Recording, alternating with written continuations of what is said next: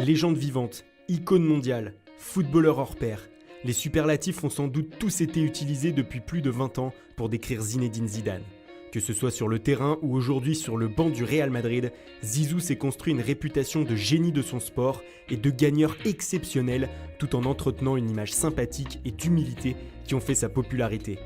Alors que se profile une 3e finale de Ligue des Champions consécutive pour ZZ, nous vous proposons un retour sur la carrière magique de cette icône française. Le petit Zinedine est né le 23 juin 1972 à Marseille, dans le quartier de la Castellane. Il est le dernier d'une fratrie de 5 enfants, 4 garçons et une fille. Très vite, le jeune garçon suit ses frères, qui pratiquent eux aussi le football. À l'âge de 9 ans, ses parents l'inscrivent dans le club du quartier, l'AS Foresta, le début d'une irrésistible ascension. En 1982, il intègre le club de Saint-Henri, puis un an plus tard, du Septem-les-Vallons. Au début de l'année 1987, le jeune Zidane est repéré par Jean Varro, alors recruteur à l'AS Cannes. Il lui propose d'intégrer le centre de formation du club, à l'époque en première division. Ses parents acceptent et en janvier 1987, Zinedine prend donc la direction de la Croisette. Il a alors 15 ans. Dès l'année suivante et à seulement 16 ans, Jean Fernandez l'intègre dans le groupe professionnel. Zidane enchaîne les séances et se voit récompensé le 20 mai 1989 en connaissant son premier match en première division. Contre Nantes, il entre pour 12 minutes puis retourne dans l'anonymat. En effet, il ne disputera pas une seule rencontre la saison suivante en 1989-90. Zidane retrouve la D1 en août 1990 et ne sortira plus de l'équipe première. Le 10 février 1991, il marque même son premier but en championnat de France, encore une fois face à Nantes, pour une victoire cannoise 2-1. Le club de la Côte d'Azur réalise alors une très belle saison qui le voit se classer 4e et se qualifier pour la Coupe d'Europe. Le meneur de jeu découvre alors la Coupe de l'UEFA en 16e de finale contre le Dynamo Moscou, mais ne peut empêcher l'élimination des siens. Il ne peut pas non plus éviter la relégation du club qui l'a lancé dans le grand bain. À la fin de la saison 1991-92, Cannes plonge en 2e division. Les meilleurs joueurs du club sont alors courtisés. Zidane fait bien sûr partie de ceux-ci. Alors que Marseille, où il est né, lui fait les yeux doux, c'est finalement Bordeaux qui rafle la mise pour 460 000 €. Le Français est convaincu notamment par le discours de l'entraîneur de l'époque des Girondins, Roland Courbis. C'est lui qui va lui donner le surnom de Zizou pour la première fois. Un raccourci qui va rester. L'adaptation se passe parfaitement pour Zidane, qui se lie d'amitié avec Christophe Dugarry et Vicente Lizarazu. Ils formeront le triangle bordelais en équipe de France, notamment lors des heures de gloire des Bleus. Pour sa première saison, ZZ inscrit 10 buts en 35 matchs. Il se fait aussi une spécialité des coups francs. Il en inscrira 12 sous le maillot des Girondins de Bordeaux. Lors de la saison suivante, en 1993-94, il est élu meilleur espoir de Ligue 1. Une récompense qui lui permet de toquer à la porte des Bleus. Aimé Jacquet le convoque d'ailleurs pour la première fois en août 1994. Cette saison réussie est marquée aussi par la découverte d'un trait de caractère qui va suivre Zidane toute sa carrière. Le jeune prodige est sanguin. En septembre 1993, lors d'un match contre Marseille, il adresse un coup de poing à Marcel Desailly et est expulsé. Un premier carton rouge qui va en appeler d'autres. Il en récoltera au total 14 tout au long de sa carrière. Néanmoins, Zizou met tout le monde d'accord, ballon au pied. Lors de la saison 95-96, il inscrit un but exceptionnel contre le Betis Séville en Coupe de l'UEFA. Alors qu'il est à 35 mètres au début, il tente une demi-volée qui lobe le gardien adverse. Il révèle aussi ses talents de passeur. Contre le Milan AC en quart de finale, il délivre 2 passes décisives à Dugarry afin de terrasser les Rossoneri 3-0. Il dispute donc sa première finale européenne en Coupe de l'UEFA contre le Bayern Munich. Un rendez-vous finalement manqué où Bordeaux est battu 2 fois à l'aller et au retour, 2-0 puis 3-1. À la suite de cette finale, il est désigné meilleur joueur du championnat de France et décide de franchir une étape. Direction l'Italie et la Juventus Turin qui le recrute pour 5,3 millions €, le grand saut pour Zizou. En Italie, l'adaptation est compliquée pour l'international français. Il découvre la préparation à l'italienne basée sur un entraînement physique intensif. Mais il va surtout apprendre la culture de la gagne qui va le mener vers les sommets. Il débloque son compteur but le 20 octobre 1996 contre l'Inter Milan lors d'une victoire 2-0 des Bianconeri.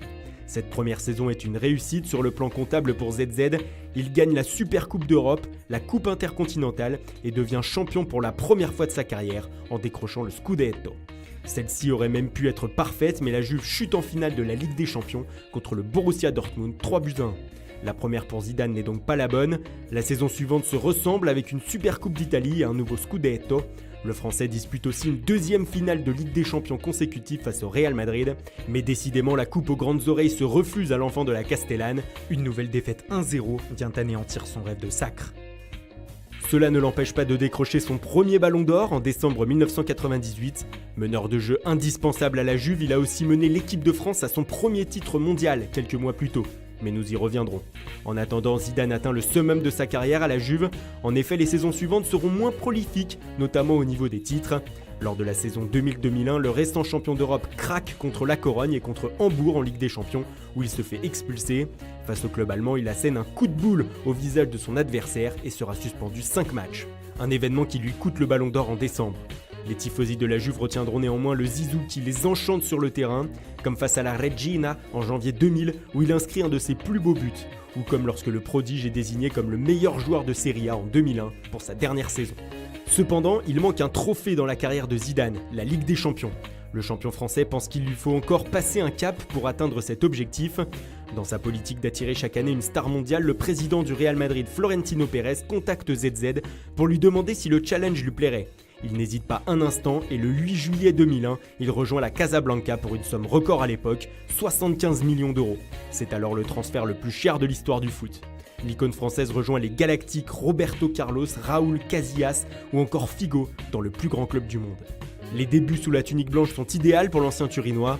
Dès le mois d'août, il soulève la Supercoupe d'Espagne avant d'inscrire son premier but contre le Betis Séville le 15 septembre 2001 pour une victoire 3-1. Sa saison est néanmoins jugée mitigée par les observateurs et les supporters, mais 2 gestes de classe vont faire rentrer Zidane dans la légende du Real. Le premier en janvier contre la Corogne, où après 2 crochets exceptionnels, il place une frappe croisée imparable. Le second intervient dans un moment de plus grande importance, le 15 mai 2002 à Glasgow en finale de la Ligue des Champions, et alors que le Real et Leverkusen sont à égalité 1 but partout, Roberto Carlos centre en cloche depuis le côté gauche. Alors que le ballon monte très haut, Zidane se prépare, puis effectue une reprise de volée du pied gauche qui se loge sous la barre. Un but qui offre une 9e Ligue des Champions au Real Madrid. Le monde du foot s'incline devant le chef-d'œuvre, désormais appelé la volée de Glasgow. Encore une fois, le Français a marqué de son empreinte une finale. Il remporte donc sa première Ligue des Champions après 2 échecs en finale et justifie le montant de son transfert. La saison suivante, avec l'arrivée notamment de Ronaldo, le Real rafle la Supercoupe d'Europe, la Coupe intercontinentale et la Liga.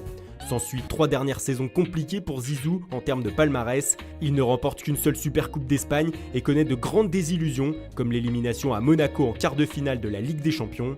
Ces 2 dernières saisons au Real sont même vierges de tout trophée. Car oui, c'est bientôt la fin pour ZZ. Le 25 avril 2006, il annonce en direct sur Canal+, qu'il prendra sa retraite à l'issue de la Coupe du Monde.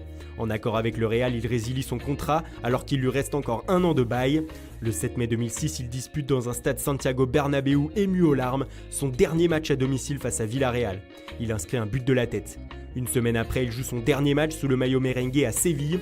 Le Real s'incline 4-3, mais Zizou marque son dernier but en forme d'adieu. Au total à Madrid, le célèbre numéro 5 du club aura disputé 227 matchs pour 47 buts et 56 passes décisives. Durant sa carrière en club, il aura inscrit 102 buts et délivré 97 passes décisives en 507 rencontres cumulées avec Cannes, Bordeaux, la Juve et le Real Madrid. Mais au-delà de sa légende dans les clubs où il est passé, Zidane s'est forgé son statut d'icône mondiale grâce à sa réussite sous le maillot de l'équipe de France. Il connaît sa première sélection le 17 août 1994 sous les ordres d'Aimé Jacquet dans son parc Lescure à Bordeaux. Alors meneur de jeu des Girondins, il entre à la 63e minute et alors que la République tchèque mène 2-0 en amical. En 2 minutes, Zidane va sauver les Bleus de la défaite en inscrivant un doublé, score final 2-2 et le gamin de la Castellane s'impose ce jour-là comme le futur de l'équipe de France. Jacquet l'intègre peu à peu dans son 11 de départ lors des éliminatoires pour l'Euro 1996. Il forme avec Youri Djorkaeff un duo de milieu offensif qui a pour mission d'animer l'attaque des Bleus. Cette tactique amène la France jusqu'en demi-finale de l'Euro en Angleterre où Zidane ne pèse pas sur le sort de son équipe. Le tournant pour Zizou intervient en 1998. Il entre déjà dans la légende du Stade de France le 28 janvier 1998 en inscrivant le premier but de l'histoire de l'enceinte face à l'Espagne en amical. La suite, vous la connaissez, un mondial 98 à la maison conclu en apothéose. Après un premier tour difficile où il est expulsé contre l'Arabie Saoudite pour un mauvais geste, Zidane marque son tir au but en quart de finale face à l'Italie, avant de réussir un doublé de légende de la tête en finale face au Brésil. La France est championne du monde pour la première fois de son histoire et le meneur de jeu de la Juve devient une légende.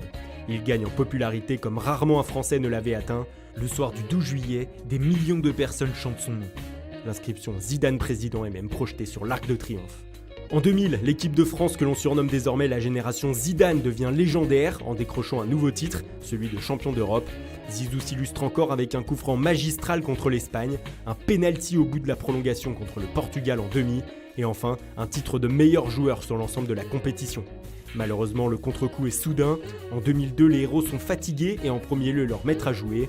Le numéro 10 se blesse lors du dernier match de préparation contre la Corée du Sud et ne peut revenir que pour le dernier match de poule face au Danemark, sans pour autant éviter l'élimination de son équipe. Même chose 2 ans plus tard à l'Euro où les Bleus sont sortis en quart de finale par la Grèce. Pourtant, Zidane semblait particulièrement en forme au premier tour, avec un retournement des situations incroyable face à l'Angleterre, puis un but contre la Suisse. Suite à cette élimination, il annonce sa retraite internationale le 12 août 2004, à l'âge de 32 ans. Mais un an plus tard, coup de théâtre, le plus grand joueur de l'histoire des Bleus annonce son retour en équipe de France en compagnie de Lilian Thuram et Claude Makélélé. Thierry Henry déclare « Dieu est de retour ». La France retrouve un nouveau souffle dans une période où les Bleus étaient en difficulté dans leur groupe de qualification à la Coupe du Monde. Pour son match de rentrée, Zidane inscrit un but contre la Côte d'Ivoire en amical. Les Bleus se qualifient pour le mondial en Allemagne et il annonce que ce sera sa dernière compétition. Après le mondial, il raccrochera définitivement les crampons. La suite est presque un conte de fées. Même si le premier tour est poussif, les Bleus et surtout ZZ se subliment en phase éliminatoire.